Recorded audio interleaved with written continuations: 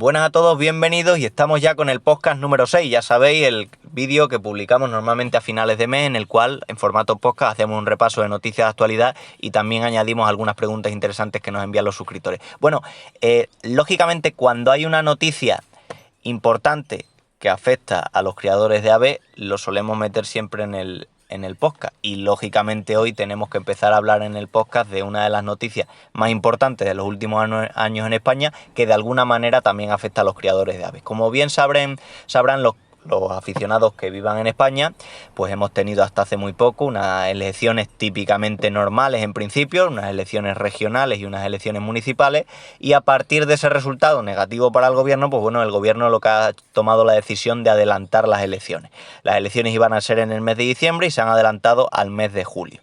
Me imagino, como digo, que los aficionados españoles esto lo conocerán, pero los criadores de otros países, pues evidentemente lo más probable es que no lo tengan en cuenta. Pero, ¿esto qué tiene que ver con los pájaros? Pues tiene que ver mucho con la Ley de Bienestar Animal. ¿Por qué? Porque aunque ya habíamos dicho que la Ley de Bienestar Animal española había sido aprobada, la ley no entraba en vigor hasta el mes de septiembre. ¿Qué es lo que ocurre?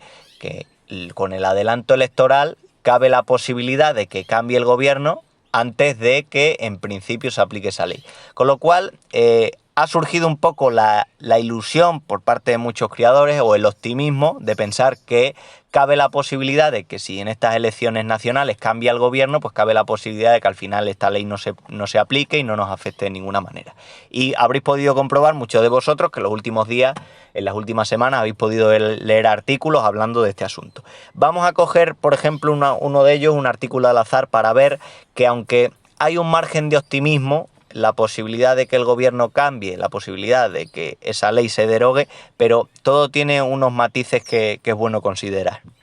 Bueno, por ejemplo, como digo, cogiendo una noticia al azar, lo que nos muestra este periódico en concreto es que la ley en esta situación pasa a estar un poco en un limbo. ¿Por qué? Porque la Ley de Bienestar Animal ya está aprobada, pero entraría en vigor el 29 de septiembre. Con lo cual, entre el momento en que se aprueba la ley, que ya ha sido, y en el momento en que se empieza a aplicar, es lo que llaman técnicamente un vacatio legis, ¿vale? ¿Qué es lo que ocurre? Que evidentemente, como las elecciones se han adelantado, pues lo que hemos dicho antes, ¿vale? Puede haber un cambio de gobierno antes de que empiece la aplicación de la ley. Con lo cual, pensándolo bien, si vuelve a gobernar el mismo partido que está ahora mismo en el gobierno, o los partidos, digamos, que están relacionados con él, pues la ley prácticamente con toda seguridad será aprobada, es decir, no será derogada, seguirá hacia adelante. La pregunta que surge es, con el cambio de gobierno, ¿qué posibilidades hay? Por ejemplo, la otra alternativa que se considera en España, el PP, bueno, pues el PP, algunas fuentes advierten de que la idea que tienen más bien no es derogar la ley, sino la modificación de la ley. Ya hemos dicho que esto no es una cosa rara, es decir, alguno pensará ahora, pues bueno, que este partido nos ha engañado, con lo cual no le vamos a apoyar. No, el tema es que la mayoría de las veces cuando se aplica una ley lo que se hace es maquillarla de alguna forma, ajustarla a lo que digamos tienen la opinión cada uno, pero no quitarla como tal. Y en este sentido la posibilidad está ahí. Luego otro partido también que se presenta, que es Vox, pues asume o dice abiertamente que la derogará en cuanto pueda. La cosa está en que si Vox tendrá capacidad para tomar esa decisión o no, en el caso hipotético de que pudiera gobernar, que es poco probable, o en el caso hipotético de que pudiera pactar con el otro. Con lo cual, la situación que tenemos a día de hoy, como digo, hay muchos criadores que están ilusionados o que están un poco expectantes de que al final no se llegue a aprobar la ley, pero cabe la posibilidad, primero, que siga el mismo gobierno, con lo cual la ley vaya hacia adelante. Cabe la posibilidad de que cambie el gobierno y cambie y se derogue la ley, y también cabe la tercera posibilidad de que cambiando el gobierno la ley de alguna forma se apruebe, aunque se modificarían algunas cosas. Bueno, tema también interesante respecto a esto. Como digo, por ejemplo, un comunicado de la Federación Fauna. Ya sabéis que la Federación Fauna es una de las agrupaciones, una de las organizaciones, digamos, que más ha luchado vinculada con los criadores, por ejemplo, de aves en contra de esta ley. Bueno, la Federación Fauna nos concreta que en el momento de la disolución de las Cortes, ya sabéis que cuando se acaba el gobierno se disuelven las Cortes y demás, todavía se estaban preparando los reales decretos que aportarían el reglamento de la ley de núcleos zoológicos de animales de compañía. Bueno, esto es un tema burocrático un poco complejo, pero en definitiva lo que nos dice es que de alguna manera este cambio que ha habido por este adelanto electoral provoca que esta situación de la ley se frene. y provoca cosas que en principio pueden ser buenas. Por ejemplo, no habrá Real Decreto esta legislatura, y eso incluye también que no habrá listado positivo, ni de domésticos, ni reglamentación de aplicación de la ley, ni desplazamiento a las leyes autonómicas, ni Real Decreto de núcleo zoológico en esta legislatura. Eso lo tienen bastante claro. La ley sin reglamento como ley básica no es aplicable en un gran porcentaje, pero concretan que hay algunas de estas disposiciones que sí que llegarían a ponerse en aplicación. Por ejemplo, la prohibición de reptiles de más de 2 kilos, habrá que informar, etcétera, etcétera. Pero si hay esa situación, ese cambio, como digo, pues la cosa queda en una especie de limbo. Es verdad que de alguna forma ya hemos dicho alguna vez que esta ley, aunque nos afecte a todos de alguna forma, pero en concreto a los criadores de aves y la mayoría de los que crían aves, que suelen ser tipo canarios y demás, no es una ley que en principio afecte especialmente. Eso sí, puede sentar las bases para que en un futuro haya muchas más trabas. Evidentemente, criadores de exóticos, algunos de este tipo de cosas, pues se ven claramente afectados, tiendas animales y demás. Pero, como digo, veremos a ver cómo se van resolviendo los acontecimientos, pero desde luego esta noticia un poco inesperada por muchos, pues nos da un poco también un margen de optimismo en esta situación. Bueno, y ahora vamos a hablar de un asunto que en principio no está relacionado con este tema de la ley, pero de alguna forma o en algunos casos concretos puede que sí.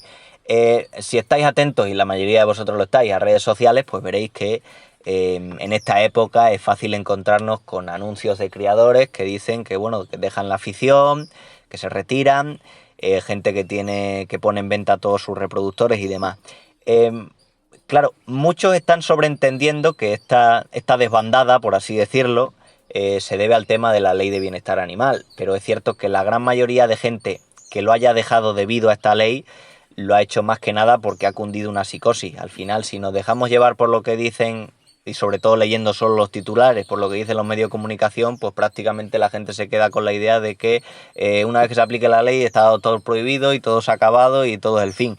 Y no es del todo así, evidentemente yo soy el primero que he dicho que no es una ley positiva, pero desde luego la cría de aves o la ornitología no se va a acabar porque se aplique esta ley, ni muchísimo menos.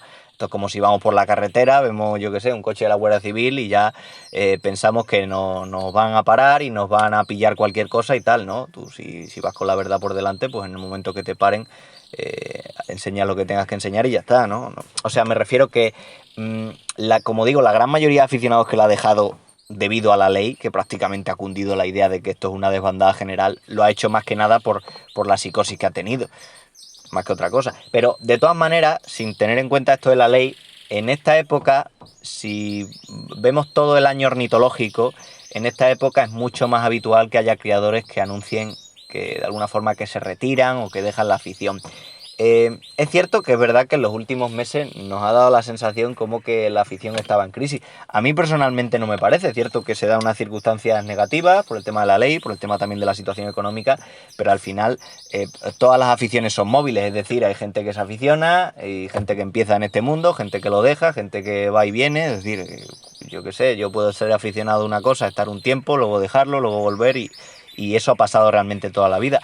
Pero cuando dicen que ahora mismo la afición está en el peor momento y tal, pues yo personalmente no lo veo así. O sea, yo cuando hablo con mi padre, que hace 30 años cuando concursaba, que apenas juntaban 200 pájaros en un concurso y que prácticamente eran de los 4 que eran aficionados, pues ahí sí que, digamos, la afición era mucho más mínima, ¿no? Yo lo veo, por ejemplo, en mi misma localidad, que no es un pueblo demasiado grande. Como digo, en la época de mi padre me parece que habría 2 criadores federados, como mucho, él y otro, y ahora mismo, pues no sé si te podía contar más de 10, 12, 13, 14, 15, pero es una cantidad bastante importante. Con lo cual, a mí no me parece que la afición esté agonizando, ni muchísimo menos. Pero de hecho en esta época, si hay un periodo al año donde los criadores lo dejan, muy habitualmente es en esta época, porque venimos de una cría, muchas veces la cría ya sabéis que es la época de más curro, con lo cual después de una situación, digamos, de estrés, pues hay muchos aficionados que deciden pues dejarlo, se quitan los pájaros, y también es muy normal que sea en esta época, porque ahora, por ejemplo, que finalizas la cría, pones en cesión o pones en venta tus reproductores y luego, por ejemplo, o te quitas ya los pichones que han nacido o directamente esperas a que muden o esperas a los concursos y ya te retiras definitivamente. Con lo cual, mucha de la gente que dice que deja la afición, de alguna manera es normal o en esta época, como digo, pienso yo que es más habitual que en otras. Ahora bien, también muchas veces que nos encontramos este tipo de anuncios, sobre todo en redes sociales, pues tienen un poco de engaño, tienen un poco de marketing, el típico criador que vende todos sus reproductores, ya sabéis un poco de qué voy, o el típico que quita todo el aviario y que lo vemos meses después y sigue teniendo el mismo aviario. Bueno, también hay que estar un poco atento a este tipo de cosas. Sí que es cierto que es un periodo más o menos bueno para encontrar pájaros interesantes, por ejemplo, de gente que se quite el aviario. Sí que es cierto que también hay gente, yo conozco criadores y no son uno ni dos, son bastantes, que, por ejemplo, únicamente crían una temporada con sus pájaros. Entonces, por ejemplo, utilizan las hembras, las ponen a criar solo un año, digamos, les dan caña, por así decirlo, y luego ponen en cesión sus pájaros, de tal manera que todos los años prácticamente renuevan el plantel de reproductores. Esto sí que se da, y entonces nos podemos encontrar casos de criadores, pues bueno, que te venden un pájaro de sobreaño, que lógicamente será más barato que el resto, con una cierta calidad y puede ser interesante. Pero también es cierto, como digo, que muchas veces pues se trata más que nada un recurso de mercado para decir eso, igual que muchas veces ponen mis últimas parejas, o también es muy típico y a mí personalmente no me gusta, pero es muy habitual, por ejemplo, que venden todos los pájaros, ya los han vendido todos y a la semana o a dos pues te venden también parte de los que han seleccionado ellos, que al final no se los quedan. Bueno, pues estas cosas las vamos a ver. Ahora vamos a cambiar un poco el tercio, vamos a hablar de cosas más positivas, o por lo menos más bonitas relacionadas con el tema de las aves, y es que hace poco estuve leyendo un estudio, hablamos mucho de la importancia, ¿no?, de ese eslogan de que criar es preservar y demás, pero muchas veces no nos damos cuenta de lo que pueden intervenir los animales en el ecosistema. Por ejemplo, hace poco, como digo, leí un estudio que decía que analizaba el papel de los loros en la dispersión de semillas. El loro come de un lado, se va a otro y evidentemente eso favorece la dispersión de semillas y al final pues ayuda a la polinización. Todos tenemos un poco la idea de que de las abejas, ¿no?, de los insectos y demás, pero también otros animales, como puede ser en este caso las aves, pueden contribuir a ello. El estudio hablaba en concreto no ya de la comida que él cogía y se le podía caer, sino que, por ejemplo, muchas veces semillas que quedan adheridas al pico, adheridas a la pluma y tal. Y comentaba, que me resulta muy interesante, que desde el punto de vista de la ecología, pues se ha comenzado a conocer recientemente cuál es el papel de estos animales a la hora de interaccionar con las plantas que consumen y si ellos, además de beneficiarse de ellas con el alimento, digamos depredándolas, también ofrecen mecanismos para ayudar a dispersar las semillas, ¿no? Que no deja de ser algo tremendamente curioso, ¿no? El mismo animal que se come esa planta, pues de alguna forma ayuda a que esa planta siga con vida. Y esto lo denominan, yo la verdad es que no conocía el término, la zoocoria, que es un mecanismo mediante el cual los animales se convierten en agentes dispersores de semillas. Es una relación, como digo, mutualista, en que las distintas especies se benefician de forma mutua. Y esto tiene un papel fundamental en la composición de la biodiversidad. Pero también debido a su gran complejidad, pues todavía se desconoce mucho acerca de ello. Pero la noticia, como digo, es bastante bonita. Por lo menos a todos nos resulta lógica, porque evidentemente un pájaro come en un sitio, come en otro, y al final en ese desplazamiento pues pueden caer semillas. Pero ¿de qué manera en la naturaleza vemos como muchas de estas especies, que de alguna forma los criadores intentamos también preservar en cautividad, pues contribuyen esas aves también a mantenimiento del medio? Que no es simplemente que haya unas plantas y haya unos animales y estén viviendo en un mismo sitio, sino que esa relación entre ellos pues al final puede ser beneficiosa para los dos. Y ahora os quiero poner una reflexión que ya os digo que no es mía, que conste, pero que me ha parecido muy interesante, que se la vi a un criador hace tiempo, Aviario Ventura, que no tengo el placer de conocerlo, pero hace una reflexión acerca de la idea un poco infantil que tenemos del animalismo a día de hoy o respecto a la relación de nosotros con los animales. Y la reflexión me parece interesante comentarla. Dice que se cometen varios errores cuando las aves se humanizan. Ya sabéis que una de las críticas muchas veces es que tendemos a ver los animales con unos ojos humanizados en vez de considerar los animales como tal. Pero lo que dice el compañero es que cuando los animales se humanizan, se cometen varios errores demasiado con la información de que están sujetas a sufrimiento cuando están en cautiverio. Y esto es una idea que, como digo, poco a poco va calando en la sociedad, ¿no? Ya hemos hablado alguna vez de esto, incluso en el podcast, ¿no? De la cantidad de mensajes que a mí, por ejemplo, me llegan en el YouTube y seguro que a muchos compañeros también. Dejar a las aves libres, que vivan en libertad, como relacionando que esté el pájaro en la jaula o que esté el pájaro en cautividad, pese a que lleve 500 años allí, pero relacionando con que esté allí, pues sea algo negativo o sea algo cruel y demás, ¿no? Y por eso la reflexión de este compañero me parece interesante. Sigue diciendo: ahora bien, para nosotros los humanos, El cautiverio es sin duda terrible porque podemos imaginar lo maravilloso que sería ser libre. Sin embargo, entre todos los animales que existen en la naturaleza, el hombre es el único dotado de esta capacidad imaginativa. Y a las aves, las aves ciertamente no la tienen. Por tanto, no sienten este tipo de sufrimiento, ya que sabemos que solo viven en el momento presente y siempre están felices y contentos mientras ponemos a su disposición pues sus necesidades básicas de comer, beber, suficiente luz, espacio para moverse o la posibilidad de reproducción. Desde luego, chapó por el comentario de este compañero, porque es una reflexión interesantísima y a mí personalmente me gustaría que se insistiera más, yo como veterinario, incluso la facultad de veterinario, insistir más en esta idea.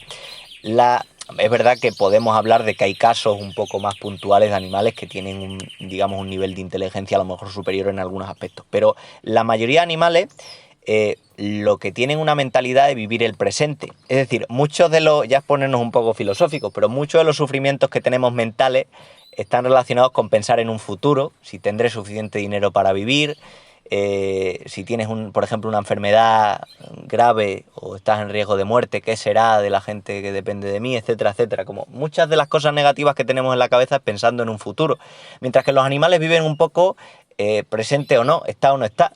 El otro día me hacía gracia porque estaba con un familiar que ha tenido un niño pequeño y me visitaron y entonces se fueron de casa, el niño se quedó con el resto de la familia y el niño se puso a llorar en la puerta, que es una situación muy típica. Todos hemos llorado cuando se han ido nuestros padres de casa y hemos aporreado la puerta. Yo por lo menos, a mí mis padres me lo han contado más de una vez. Este comportamiento que vemos típico de los niños es un comportamiento muy típico de los animales. El perro, cuando tú sales de casa, normalmente no interpreta va a volver en 5 minutos o cuando acabe el trabajo viene.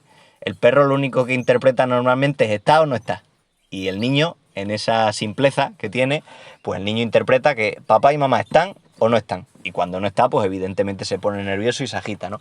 Pues con los animales como digo, esa idea del presente hay que tenerla siempre muy clara. Por eso cuando hablamos de que el animal está sufriendo porque está en una jaula, bueno, pues realmente, en general, lógicamente, con unas dimensiones adecuadas, acorde al pájaro, que tenga siempre comida disponible, que tenga agua, pero esto no tiene mucho sentido.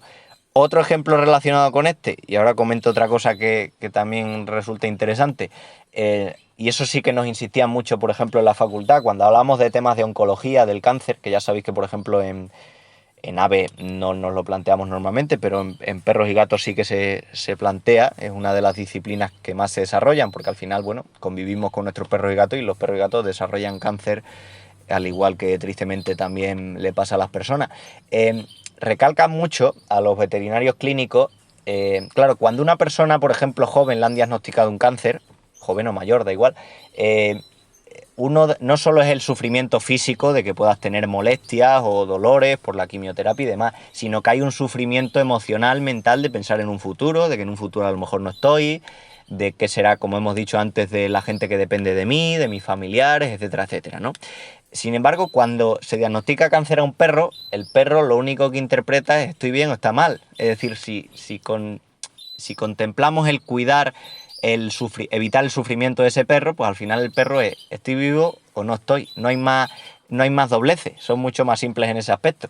Y entonces, pues también tendríamos que plantearnos. Y otra cosa que siempre intento decir con el tema de que el cautiverio, cuando vemos este tipo de comentarios críticos, como que nuestras aves las tenemos encerradas porque somos muy crueles, yo siempre planteo la situación de que un animal en el campo vive, sí, libre, pero vive en una agonía constante. Es decir, el animal en el campo, por ejemplo, un pajarillo, tiene la psicosis continua de que hay que comer todos los días o si no mueres, de que puede haber un depredador que te fastidie la nidada o tú fallezcas, puede haber unas malas condiciones meteorológicas, es decir, siempre están alerta. Vemos mismamente las gacelas en los documentales, la gacela está comiendo, pero siempre están con un ojo delante y otro detrás, por así decirlo, por si viene un depredador y cada X tiempo pues se lleva alguna. Con lo cual, es verdad que tenemos idealizado este tema de la libertad en los animales, pero habría que preguntarle a más de uno si lo que prefiere es estar en una jaula con su hembra perfectamente criando a su nidada, con comida siempre disponible, con agua siempre disponible, evitando ese estrés, que por ejemplo vivir en el campo, que sí, que tienes mucha libertad, te puedes mover de una finca a otra, pero dependes de que puedas obtener tu propia comida. Y lo que no pensamos nunca a veces, por ejemplo, tenemos un animal enfermo en casa, lo intentamos cuidar, lo intentamos curar, a veces lo salvamos, a veces no, pero cuando un animal enferma en el campo, pues ese animal se acaba muriendo. Muchas veces incluso se muere porque no es capaz de obtener su alimento. Pues eso también hay que plantearse, y como digo, la reflexión del compañero Aviario Ventura me parece una reflexión estupenda, y desde aquí, si lo está viendo por casualidad, le mando un saludo. Y ahora vamos a seguir un poco poniéndonos filosóficos, porque de vez en cuando hay que hacerlo, aunque a veces parezca aburrido, relacionando este tema con otro asunto. Yo he considerado este vídeo, que hice ya hace bastante tiempo, seguramente como el vídeo más polémico de todos los que he publicado, que es el tema de la eutanasia en aves. En este vídeo, que seguramente alguno de vosotros lo habéis visto, insistía en el tema de que muchas veces, como digo, con esta idea errónea del animalismo, lo que ocurre con muchos dueños de animales es que insisten en alargar el sufrimiento de un animal. Ya hemos dicho que viven un poco el presente, que no piensan tanto en ese sentido, ¿no? Insisten en alargar el sufrimiento animal cuando es una situación que es irreversible, que es irremediable, y lo que está haciendo, como digo, el animal sufrir, ¿no? Con lo cual hablaba de que de alguna forma en los animales la eutanasia no es tan negativa, cuando evidentemente contemplamos que no hay ninguna posibilidad de salvación y que lo único que estamos haciendo es sufrir sin necesidad a un animal. Entonces, en otro tipo de animales la recomendación normal es la de llevarlo a un veterinario, a un sitio clínico, y que la persona que se plantee realizar la eutanasia pues sea un especialista, utilizando los fármacos adecuados y demás. Pero el problema, que lo que ocurre en aves pequeñas muy frecuentemente, es que la gente no lleva a un pequeño canario al veterinario, porque seguramente el coste del tratamiento pues va a ser más caro que el propio valor del animal. Con lo cual es cierto que hay gente que lo hace, pero la gran mayoría de la gente no lo hace. Y lo que hacía en el vídeo un poco es dar una serie de consejos básicos. Si alguien se plantea, ya sé que resulta polémico, pero si alguien se plantea la posibilidad de sacrificar en su propia casa, por así decirlo, un animal, pues a una serie de consejos básicos para hacerlo de la manera menos cruenta posible, ¿no? Y entonces, pues bueno, evitar el sufrimiento de este tipo de animales en esas situaciones donde sabe que un animal está pasándolo mal, que no lo van a llevar al veterinario, etcétera, etcétera. Bueno, y relacionado con esto, una compañera hace unos meses me comentaba que tenía un periquito australiano que acababa de fallecer. Lo había puesto de comentario en el propio vídeo de la eutanasia. Lógicamente, bueno, pues era su mascota, ya dice que tiene un dolor muy grande, normal, cuando tienes cariño a un animal, ¿no? Y justo buscaba métodos para acabar con su sufrimiento. Estaría el animal enfermo y ella se había planteado pues todo el tema de la eutanasia. Pues ya se le veía agonizando, nos comenta, sufriendo mucho, y me encuentro con este vídeo. Dice: en mi opinión, creo que no debemos hacerle a ningún ser vivo lo que no queremos que hagan con nosotros. Vale. ¿Le gustaría acaso morir mientras alguien le disloca el cuello o la ahoga con gases dentro de una bolsa? Creadores, no sean crueles. Para mí siempre una eutanasia debe ser con medicamento. Una amiga veterinaria lo hace con medicina para eutanasiar a perros, pero en muy poquita medida. Una vez me mostró, y se van ahí mismo sin sufrir, se van durmiendo. Para mí ese es el mejor método, el más humano.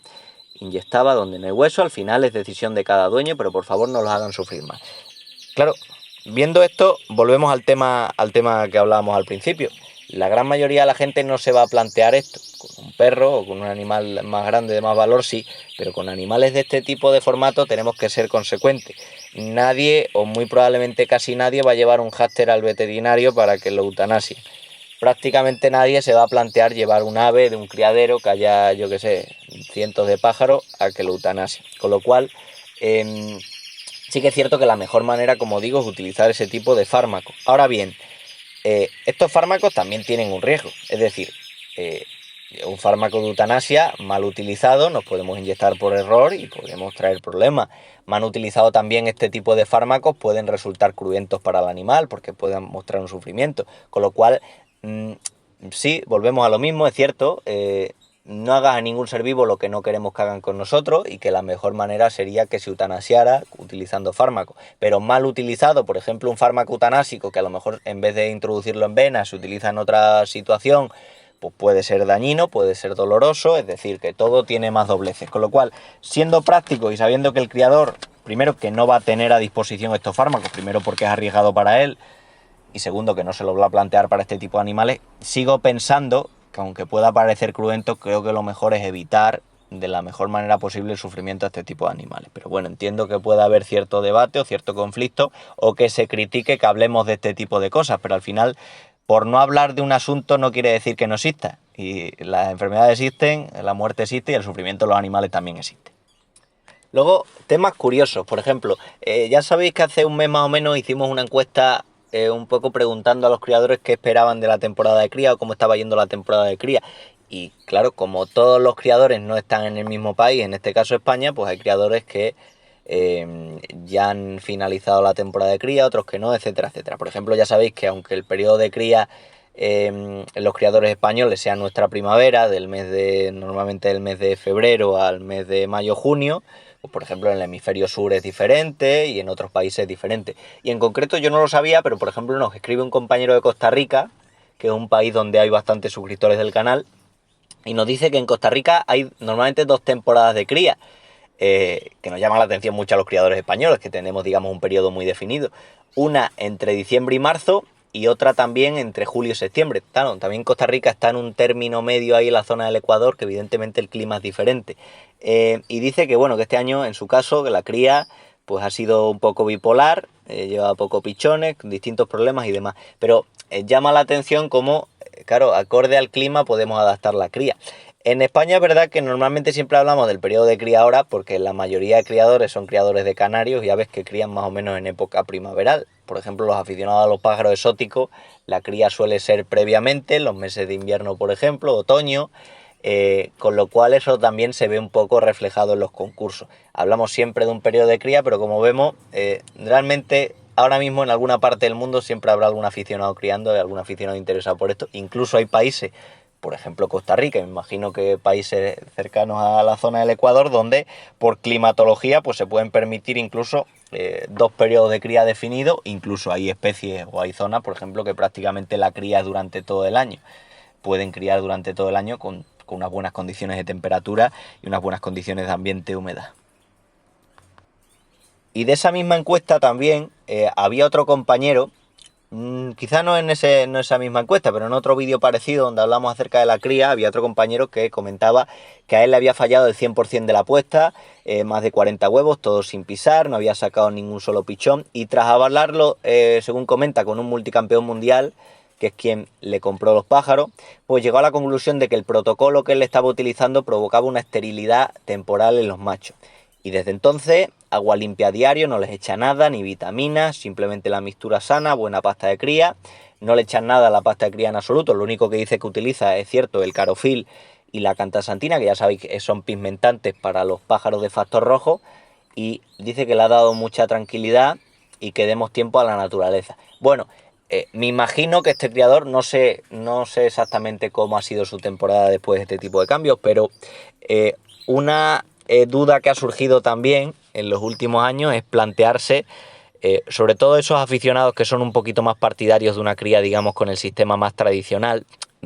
Bueno, solemos hablar siempre de una cría natural, pero no es exactamente eso. Bueno, digamos que es una cría con menos utilización de suplementos, con el sistema básico de una mixtura, algo de pasta de cría, alguna verdura, etcétera, etcétera. Bueno, pues nos encontramos también con la situación de que cabe la posibilidad de que usar este tipo de suplementos o algunos productos, no estamos hablando de medicamentos, que ya sabemos que hay muchos medicamentos que provocan una cierta esterilidad temporal en los pájaros, por ejemplo algunos antiparasitarios, por ejemplo algunos antibióticos, por eso se recomienda siempre que en plena cría no medicar nada, y si damos una medicación previa a los pájaros, hacerlo con un cierto margen antes de la cría. Por eso la mayoría de la gente, por ejemplo, analiza muestras un mes antes, 2 meses, para intentar no juntarlo con el periodo de cría, porque puede ser nefasto y provocar una esterilidad temporal de los pájaros.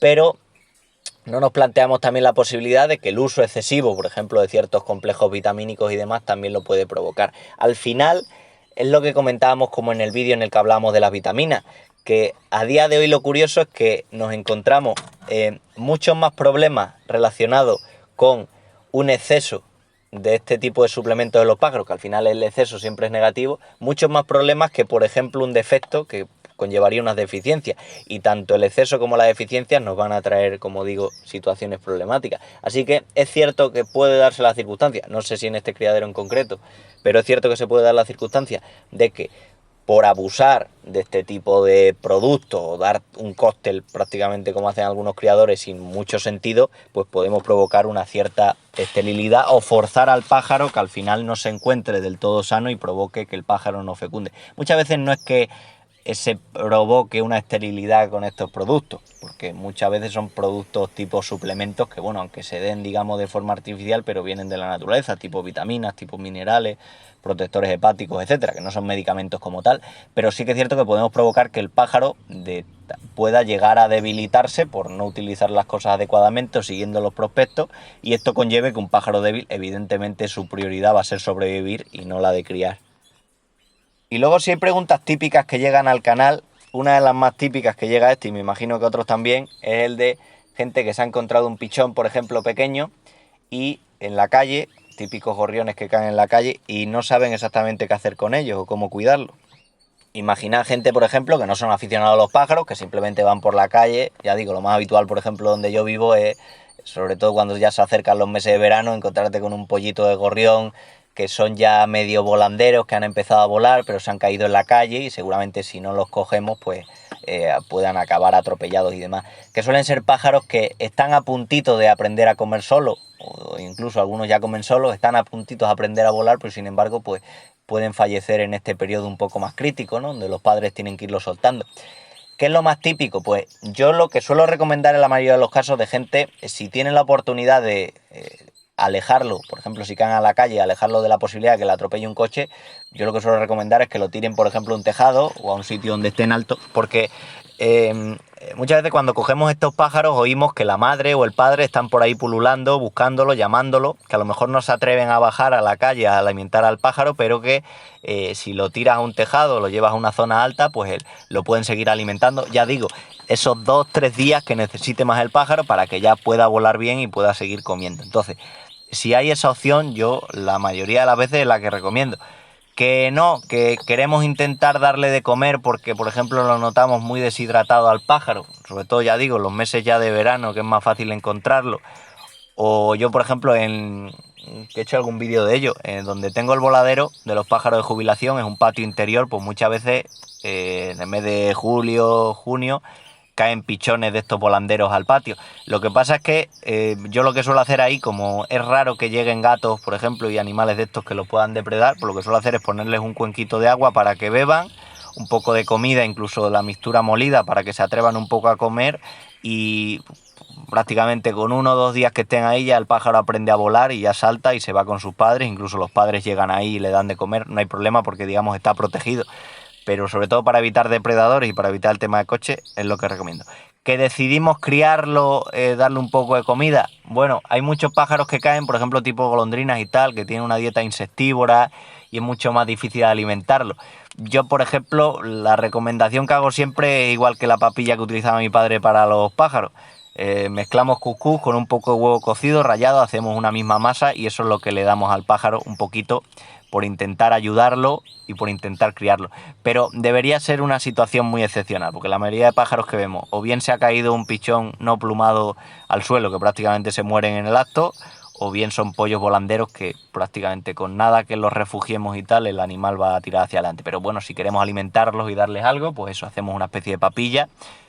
O típica papilla, por ejemplo, si no tenemos típica papilla para los niños o cualquier cosa de esta, pues se la damos en una jeringa diluida con agua, directamente en el pico para que el pájaro la trague, porque mucha gente cuando los va a embuchar lo que hace es provocarles una neumonía por aspiración, un daño, y al final el pájaro se acaba muriendo de eso, y es la manera de intentar colaborar un poco con ese tipo de pájaros que nos podemos encontrar por la calle.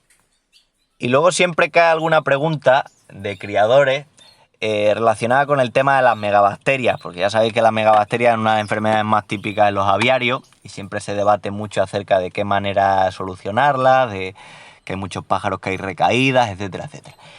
Nos comentaba un criador que si el uso del vinagre de manzana pues puede servir como tratamiento, y ahí está un poco la clave para curar las megabacterias. No, o sea, directamente no, pero hay que matizar esto un poco. Es cierto que el vinagre de manzana se puede utilizar como un acidificante. Al final el vinagre de manzana es ácido acético y los acidificantes o los ácidos, por ejemplo, cuando los damos mezclados en el agua de bebida a una cierta dosis, pues ayudan a que el pH del agua baje. Las megabacterias tienden a buscar un pH más básico, un pH más alto, con lo cual si acidificamos el pH del agua, pues se lo pondremos mucho más difícil a las megabacterias para que desarrollen. De hecho, el uso del vinagre de manzana es la opción casera más típica. Normalmente 10 mililitros por litro es lo que se suele utilizar, pero ya un poco más profesionalmente pues nos encontramos acidificantes en el mercado, que yo personalmente en mi criadero los uso, que algunos de ellos pues tienen una cierta cantidad de ácido acético, pero también tienen otros tipos de ácido que tienen interés, por ejemplo ácido propiónico o ácido fórmico, que sí que tienen más especificidad para luchar, por ejemplo, contra bacterias o para luchar, por ejemplo, contra ciertos hongos. De todas maneras, con un acidificante, aunque sea de los potentes del mercado, como digo, que tengan otros tipos de ácido, que no sea solo el ácido del vinagre de manzana, curar las megabacterias no lo planteo. Es decir, que hay veces que hay hongos, hay ciertas candidiasis, situaciones leves, que con el uso de acidificante en un pájaro, unas dosis un poquito más altas, las conseguimos solucionar. ¿Pero por qué eso? Porque la situación era leve, hemos bajado mucho el pH y al final hemos creado un medio difícil para que desarrolle el hongo. Pero directamente plantearnos que eso puede servir como cura, no. Al final lo que hay que ver es que con este tipo de sustancias, la cura tradicional, el remedio más típico que conocen los criadores es la anfotericina B. Si tienen más dificultades para encontrarla, pues ya hay otros tipos antifúngicos que se puede trabajar con ellos, ketoconazoles, itraconazoles, fluconazol, pero también, por ejemplo, en algunas aves tiene riesgo al riñón o al hígado y demás. Y luego, pues de lo más típico que se utiliza, por ejemplo, la anistatina, el micostatín, porque es un jarabe que lo encontramos bien en farmacia, que es barato. La solución en muchos casos no es, pero bueno, nos puede servir en ese tratamiento. Pero desde luego tienen que ser fármacos y el acidificante como tal, y ni siquiera un acidificante que podamos encontrar, digamos, más profesional, nos va a servir como tratamiento en un caso que esté diagnosticada megabacteria. Y vamos a ir acabando el vídeo con cosas que son positivas para la afición, que es, por ejemplo, cuando la ornitología se abre al resto del mundo y le muestra al resto de personas que no son aficionadas un poco la manera que tenemos de vivir o la manera que tenemos de entender nuestra afición.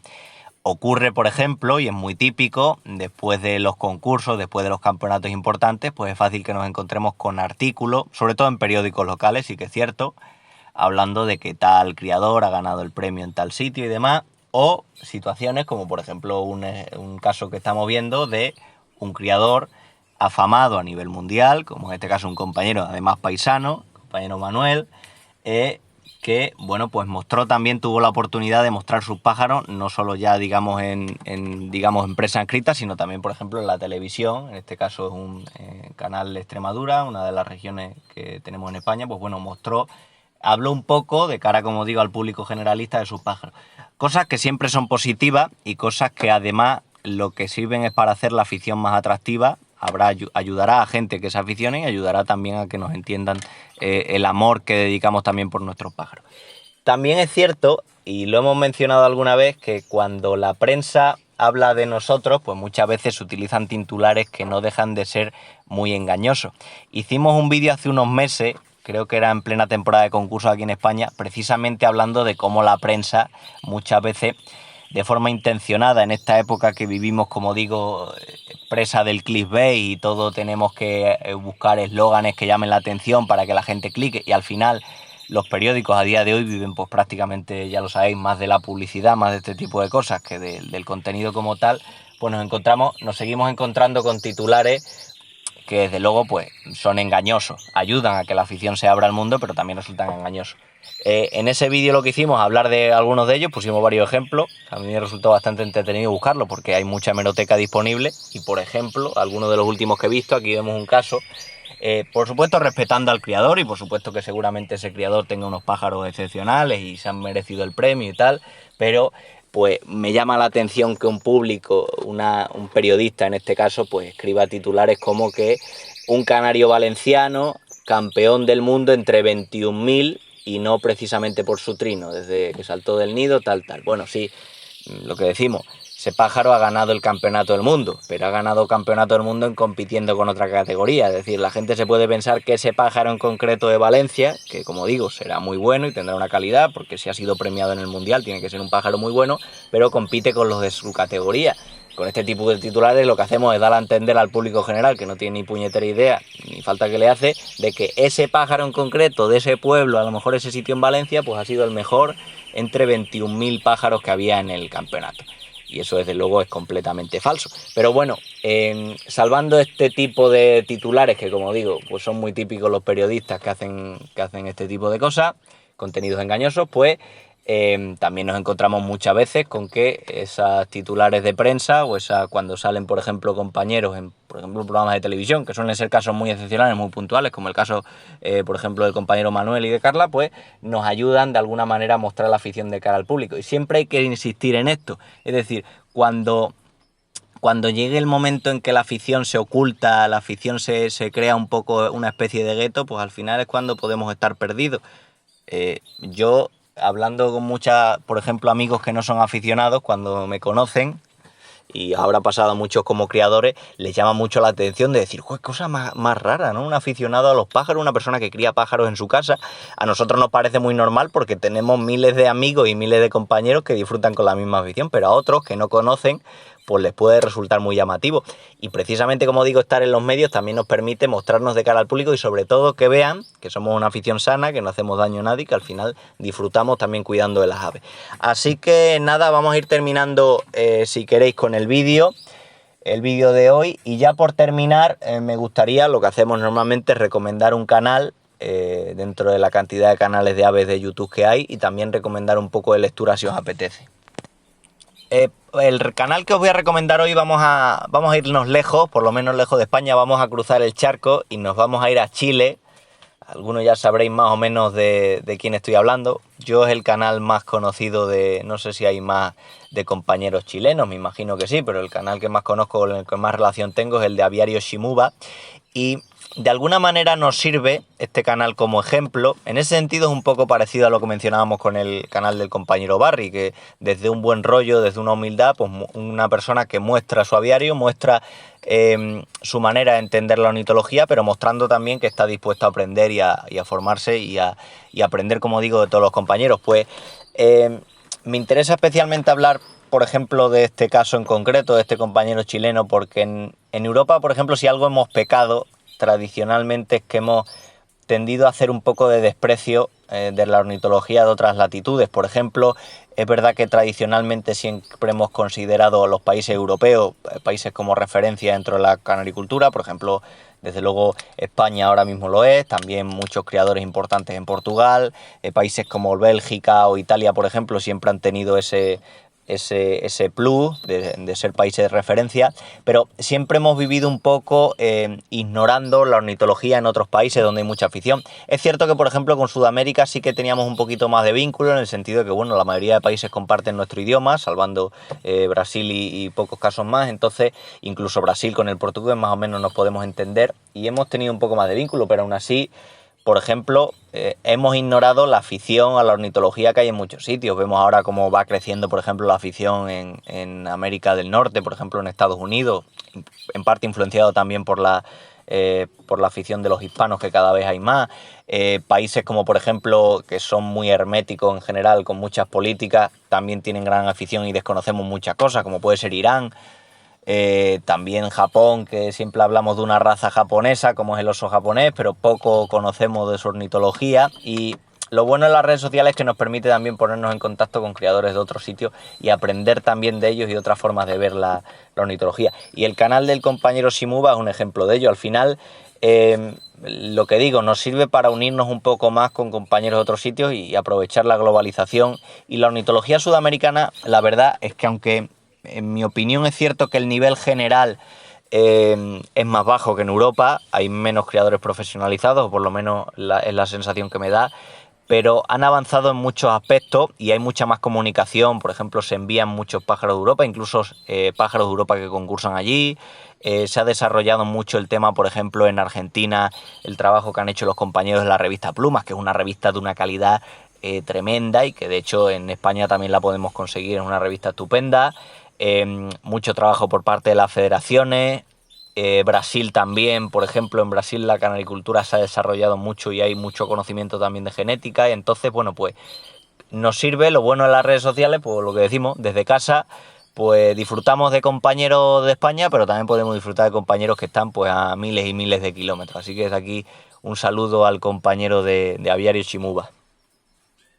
Bueno, y ya para terminar, por recomendar un poco de lectura, que ya sabéis que me gusta siempre, más que recomendar algo en concreto, y me gustaría hacer un poco una especie de alegato acerca de muchas revistas. Ya sabéis que bueno, en los tiempos actuales cada vez consumimos menos prensa escrita, cada vez se venden menos periódicos escritos, cada vez se venden menos revistas, por tanto, y esto no es ajeno al mundo de la ornitología, también ocurre lo mismo. De hecho, en el mundo de la ornitología, por ejemplo, a día de hoy tenemos ya la oportunidad de simplemente con una conexión a internet poder encontrar muchas revistas de contenido totalmente gratuito. No ya solo mucha información acerca de la cría de los pájaros y demás, sino también muchas revistas que antiguamente estaban en papel y ahora pues las tenemos, digamos, online disponibles para todos. Por ejemplo, en España tenemos dos casos de las dos revistas federativas tradicionales. Una era la revista Pájaros y la revista Nuestros Pájaros, que a día de hoy ya no se publican en formato físico y las podemos ver online gratuitamente.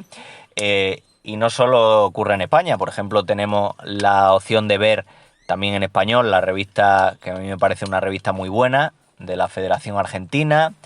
Ya en otro contenido, en otros idiomas, por ejemplo, tenemos acceso a la revista de Brasil, a la revista también de Italia Ornitológica, que son revistas muy interesantes, con el hándicap de que no están en nuestro idioma, pero no hay que dejar de lado también las publicaciones que resisten de alguna manera, publicando todavía en formato físico. Y en España tradicionalmente, o por lo menos teníamos un ejemplo de ello en los últimos años, la revista con mejor contenido, desde luego en España en los últimos años, y aparte no solo una revista, sino también una editorial que ha contribuido a que se publiquen muchos libros de ornitología.